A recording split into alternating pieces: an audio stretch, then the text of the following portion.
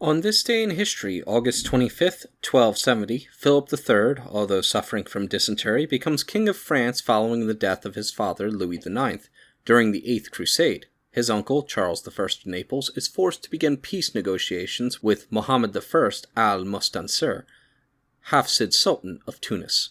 Included in the following is an excerpt from the 1944 edition of the Encyclopedia Britannica going over the history of the king. Philip III, born 1245, died 1285, surnamed the Bold, Le Hardy.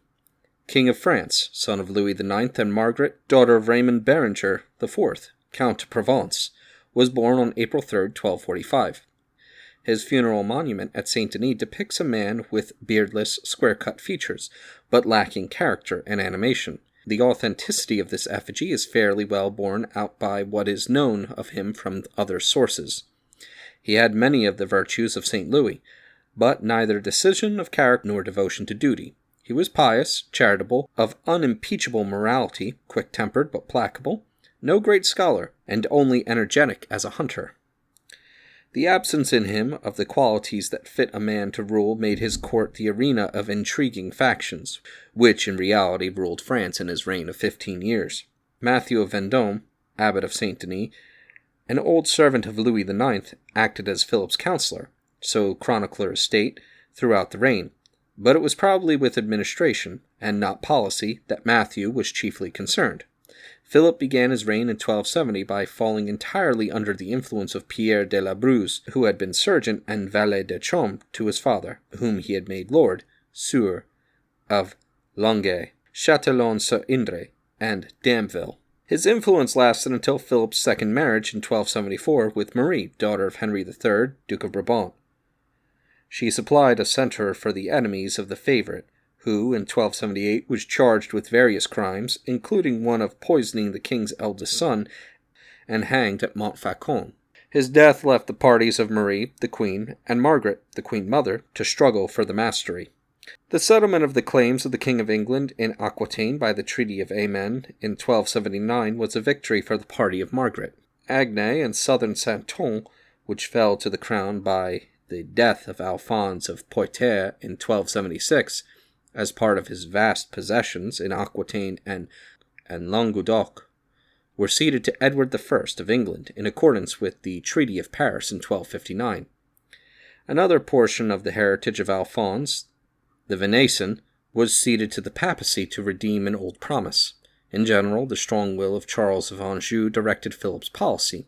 He secretly urged his nephew's candidature for the imperial crown, left vacant by the death of Richard of Cornwall, King of the Romans, in 1272, but without success.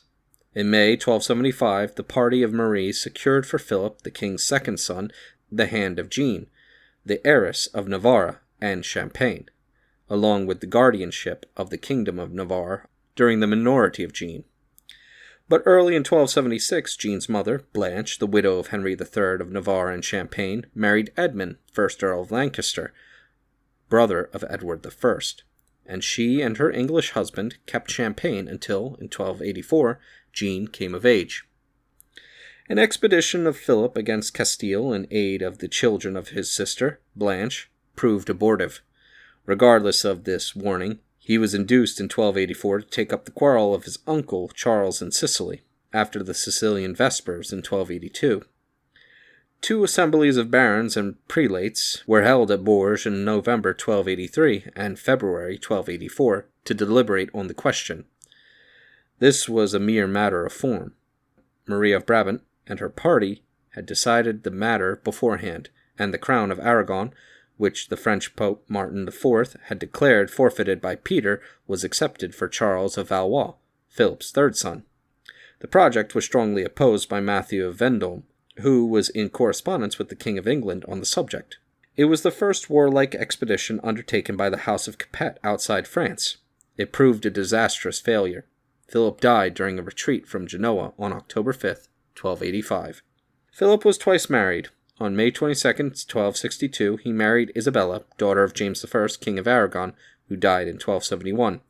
By her he had 4 children: Louis, who died in 1276, Philip, born in 1268, Charles of Valois, born on March 12, 1270, and Robert, who died young. By his second wife, Marie, died 1322, daughter of Henry III of Brabant, whom he married in 1274, he had 3 children: Louis, Count of Evreux; Margaret, who married in 1299 Edward I, King of England; and Blanche, who married Rudolph III, Duke of Austria.